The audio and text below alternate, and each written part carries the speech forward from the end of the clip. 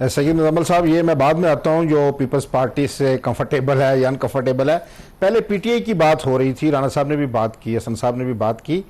PTI की थोड़ी सी मैं आपको ज़मीनी हकीकत बता दूं कि पीटीआई के जो उम्मीदवार एजेके में जीते थे इंतखाब, जिन्होंने अपनी अक्सरियत असल करके हुकूमत बनाई थी, उसमें 2 उम्मीदवार जो जीते थे एमएलए, सिटिंग एमएलए थे, वो रह गए हैं, बाकी सब छोड़कर जा चुके हैं।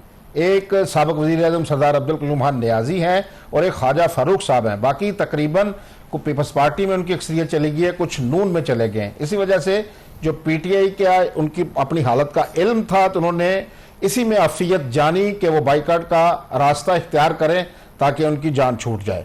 दूसरी बात आपने की कि पीपल्स पार्टी वाकयातन एजेके में पीएमएलएन से खाइफ है, अनकंफर्टेबल है, क्योंकि जो नून है, ये जो ऐलानात किए गए हैं, बल्कि बसें भी वहाँ सुना है पहुँच गई हैं, पंजाब भी गई हैं, कुछ मीरपुर में चली गई हैं, कुछ मुजफ्फराबाद के अंदर, तो बड़ा सीरियसली जो बिलावल भुट्टो हैं इस इलेक्शन को देख रहे हैं। वो चाहते हैं कि यहाँ उनकी हुकूमत बने। इसी वजह से बिलावल भुट्टो ज़रदारी आज भी, अभी थोड़ी देर पहले वो मुजफ्फराबाद के अंदर पहुंच चुके हैं, एक जलसा भी उन्होंने करना है। तो पीपल्स पार्टी चाहती है कि उनकी हुकूमत बने।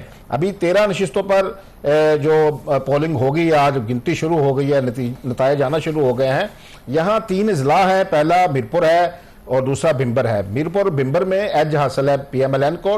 जिला कोटली में जहां सदर है पीपल्स पार्टी एजेके के चौधरी मोहम्मद यासीन, 2 नशिस्तों पर इंतखाब लड़ रहे हैं और जवेद इकबाल बड़ानवी है जो नक्याल से इंतखाब में हिस्सा ले रहे हैं। उनके मद्दे मुकाबल साबिक वज़ीर आज़म सरदार सिकंदर हयात खान के भतीजे हैं, वो इंतखाब में हिस्सा ले रहे हैं। तो इसी तरह पीपल्स पार्टी को एज हासिल है जिला कोटली के अंदर। ख्वाजा साहब, ये जो आपने चौधरी यासीन साहब का जिक्र किया, जब इनके घर से पोलिंग बैग बरामद होता है, राणा साहब कहते हैं, राणा सनाउल्लाह साहब, कि इस हल्के का रिजल्ट आप ना अनाउंस करें, इससे पहले इन्वेस्टिगेट करें।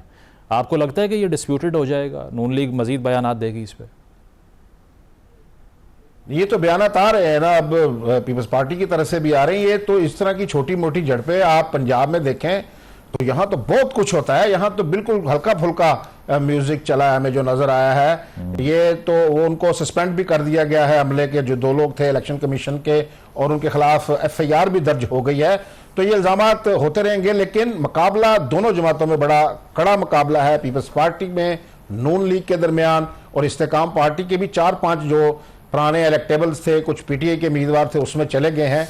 अली शान सोनी है समानी से, वो पीटीआई का साथ पहली बार लड़े थे इलेक्शन, अब वो इस्तेकाम पार्टी से। इसी तरह यूसुफ मल्क हैं कोटली सिटी से, वो भी इस्तेकाम पार्टी में है। इसी तरह डॉक्टर निसार अंसर अब्दाली जो सेक्रेटरी जनरल हैं इस्तेकाम में पाकिस्तान पार्टी के, वो भी हिस्सा ले रहे हैं खोईरट्टा से। उनके मद्दे मुकाबल जो है वलीद इनकलाबी हैं पीपल्स पार्टी के। तो मुकाबले बड़े कड़े हैं। अभी देखिए क्या आवाम ने जिस उम्मीदवार को मुंतब किया है। एक और भी बात अर्ज करता चलूँ कि हर इंतखाब में मैंने जो स्टडी किया देखा है कि बुर्ज भी उड़ते हैं, अपसेट भी होते हैं। ठीक। तो इस जो 13 नशिस्तों पर भी जो हम समझ रहे हैं कि जीत रहे हैं, शायद वो बुरी तरह इलेक्शन हार जाएं। फैसला अल्टीमेटली जब डब्बे खुलने हैं, गिनती होगी, तो फिर सारी सामने चीजें आएंगी। ये भी माजी में हमने देखा है कि हमेशा नए चेहरे भी असेंबली में 10-12, ये जो असेंबली है 53 की, इसमें से 15-20 लोग, 10-12 हमेशा हर इलेक्शन में नए लोग भी ऐड होते हैं। इस बार भी नए लोगों ने ऐड होना है और फैसला तो अल्टीमेटली आवाम ने करना है। हम यही चाहते हैं, हमारी ख्वाहिश है कि जिसको वोट पड़ा है उसी को निकलना चाहिए। ये मैनिपुलेट नहीं नतीजा होना चाहिए, आवाम ने जिसको राय दी है। ख्वाजा मतीन साहब, आप समझते हैं कि पीपल्स पार्टी जो हल तजवीज़ कर रही है ये प्रैक्टिकल है और यही वे आउट है, या फिर आपको लगता है कि जिस तरह नून लीग का एक रोड मैप मुख्तलिफ रहा है, वो इंफ्रास्ट्रक्चरल डेवलपमेंट के बयानिए के ऊपर आते हैं, वो गैर जमाती इंतखाबात जो 80s में हुए थे उसी पॉलिटिक्स को कैरी आउट करते हैं हर जगह पे? आइडियोलॉजी और कॉन्स्टिट्यूशनल डेवलपमेंट की इतनी डिस्कशन नहीं देखते आप उनकी तकारीर में, स्पीचेस में? वो इंफ्रास्ट्रक्चर डेवलपमेंट या प्रोजेक्ट अनाउंस करते हैं और वो ये समझते हैं कि तरक्याती मंसूबों के ज़रिए वो एक बयानिया तश्कील दे देंगे। तो पीपल्स पार्टी वर्सेस पीएमएलएन, क्या लगता है कौन ज़्यादा प्रैक्टिकल हल तजवीज़ कर रहा है?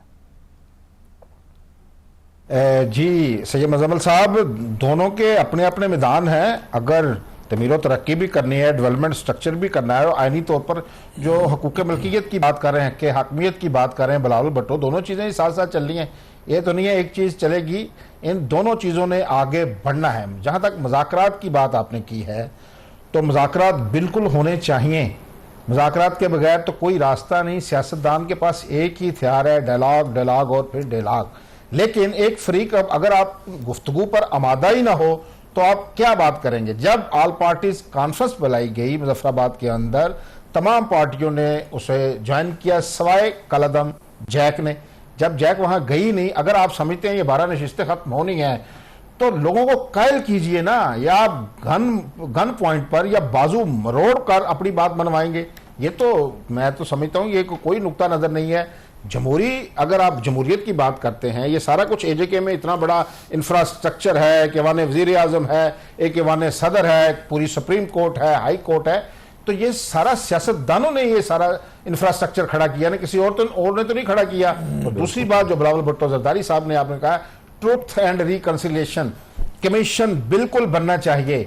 जितनी भी अक़वाम आगे बढ़ी हैं, जिन्होंने तरक्की की है, उन्होंने माजी की गलतियों से सबक सीखा है, फिर आगे उसके रास्ते का तयन किया है। तो रास्ते का तयन करने के लिए ये आखिर ये जैक बनी कैसे, इसके पीछे कौन कौन से अवामल कार फरमा थे, ये हकीकत तो पाकिस्तान के अवाम के सामने भी आनी चाहिए, एजेके के लोगों के सामने भी आनी चाहिए। ये कभी एजेके का कल्चर था ही नहीं, ना गालम गलोच, ना दुश्मनाम, ना अभी तो सीधे फायर मारे जा रहे हैं जो फोर्सेस के लोगों के ऊपर। ये तो कभी हमने देखा नहीं था। एजेके में बड़ा रवादारी का, तहम्मुल, बुर्दबारी का हमेशा से कल्चर रहा है।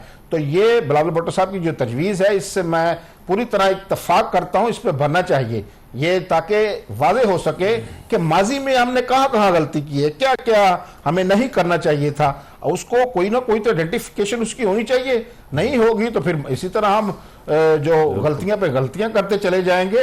और दोनों चीजों ने एजेके के अंदर आईनी तरामीम भी होनी है, जो आवाम को बेहतरी के लिए आईनी मामला की दुरुस्तगी भी जरूरी है, लेकिन इसके साथ साथ इंफ्रास्ट्रक्चर भी बेहतर करना है। एजेके का जो खित्ता है, जो टूरिज्म के हवाले से बड़ा जरखेज है, हमने उस पर इंफ्रास्ट्रक्चर पर तवज्जो ही नहीं दी। ना अच्छे वहां होटल्स बनाए, ना मोटल्स बनाए, ना हमने वहां कोई ऐसा काम किया। ये हमें करना है। अगर काश हमने ये टूरिज्म पर तवज्जो दी होती, को माजी की जो हुकूमतें उन्होंने तवज्जो दी होती, तो हम तो बहुत बड़ा रेवेन्यू इकट्ठा कर सकते थे। लेकिन इतने इतने खूबसूरत मकामात हैं जेके के अंदर, उस पर तवज्जो नहीं देगी। हमने आगे बढ़ना है, दोनों चीजों को आगे लेकर आगे बढ़ना है। इंफ्रास्ट्रक्चर को हर कीमत पर, हर सूरत बेहतर करना है। और ये रास्ता कहां से जाता है? ये जो जमहूरियत की पगडंडी है, इसके ऊपर चलकर जाना है। हमने इंतशार से, फसाद बर्पा करके, लोगों को डंडे मारकर, तिम्बर के डंडे से डराकर ये चीजें नहीं करनी।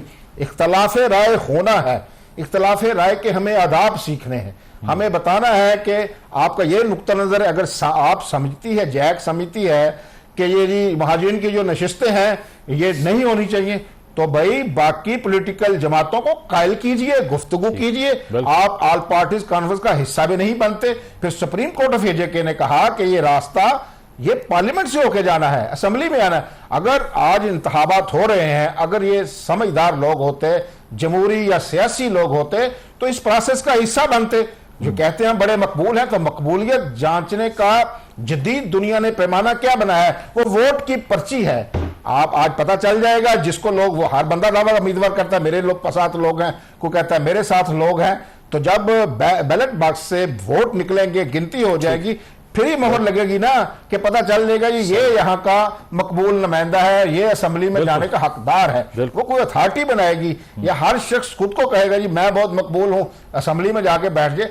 तो प्रोसेस को फॉलो करना है। दुनिया में दो तरीके हैं आगे बढ़ने के, एक तामीरी तरीका, एक तहरीबी तरीका है। जिन्होंने, जिन अक़वाम ने दुनिया भर में तरक्की की है, उन्होंने तमीरी रास्ते का इंतखाब किया है, तहरीबी रास्ते का इंतखाब नहीं किया। ये देखिए कि नौजवानों को, लोगों को यही बताना है कि आपने तहरीब के रास्ते से जो आगे आएगा वो खुद का भी नुकसान करेगा। ये जो लीडर्स हैं, अभी तक देखें कितने लोग जानों से चले गए हैं। तो क्या हमने तहरीबी तरीके से चीजें दुरुस्त करनी? तहरीब से तो इंतशार फैलेगा, आपने ठीक कहा, वहां लोगों की जानें जाएंगी। हर सियासी पार्टी जो होती है, आपने ठीक कहा कि उसके पास जो सबसे बड़ा वेपन है वो बातचीत करना है, कॉन्टेस्टेशन है, गुफ्तगू करना है, और इसी से सोल्यूशन निकल सकता है।